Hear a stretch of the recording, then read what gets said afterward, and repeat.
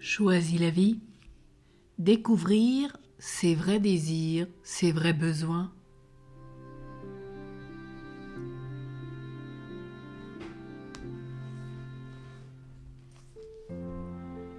De nombreuses personnes ont été écartelées dans leur enfance entre leurs aspirations, qui avaient sans doute besoin d'être guidées par des valeurs, et leurs devoirs.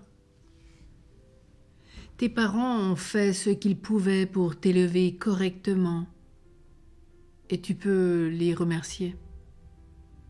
Mais la façon, souvent trop brutale, avec laquelle ils t'ont soumis à des obligations morales, t'a peut-être fait refouler tes désirs.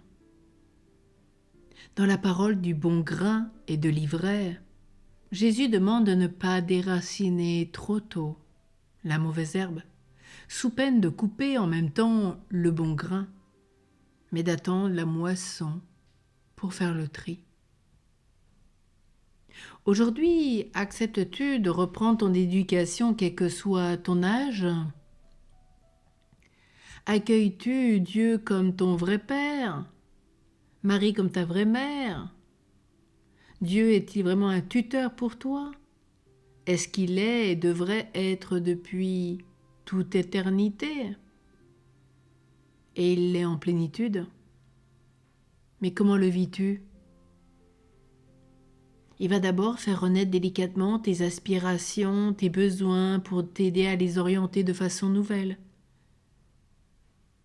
La pédagogie de Dieu est celle de l'amour.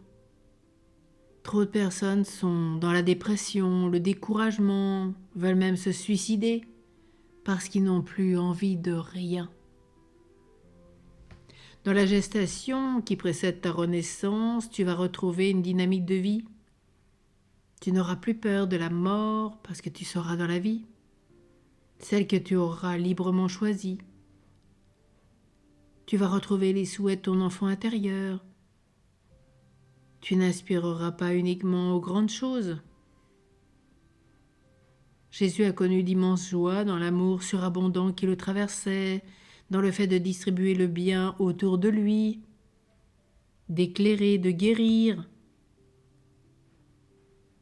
Il a connu de plus modeste dans toutes ses amitiés, les repas partagés. Si tu veux vraiment entrer dans la dimension spirituelle profonde, il est important que tu saches allier des désirs qui te semblent grands avec des tout petits, car ce sont eux qui te garderont en vie et qui te donneront jusqu'à la fin un dynamisme, une gaieté, une confiance que tu risques de perdre en t'en coupant.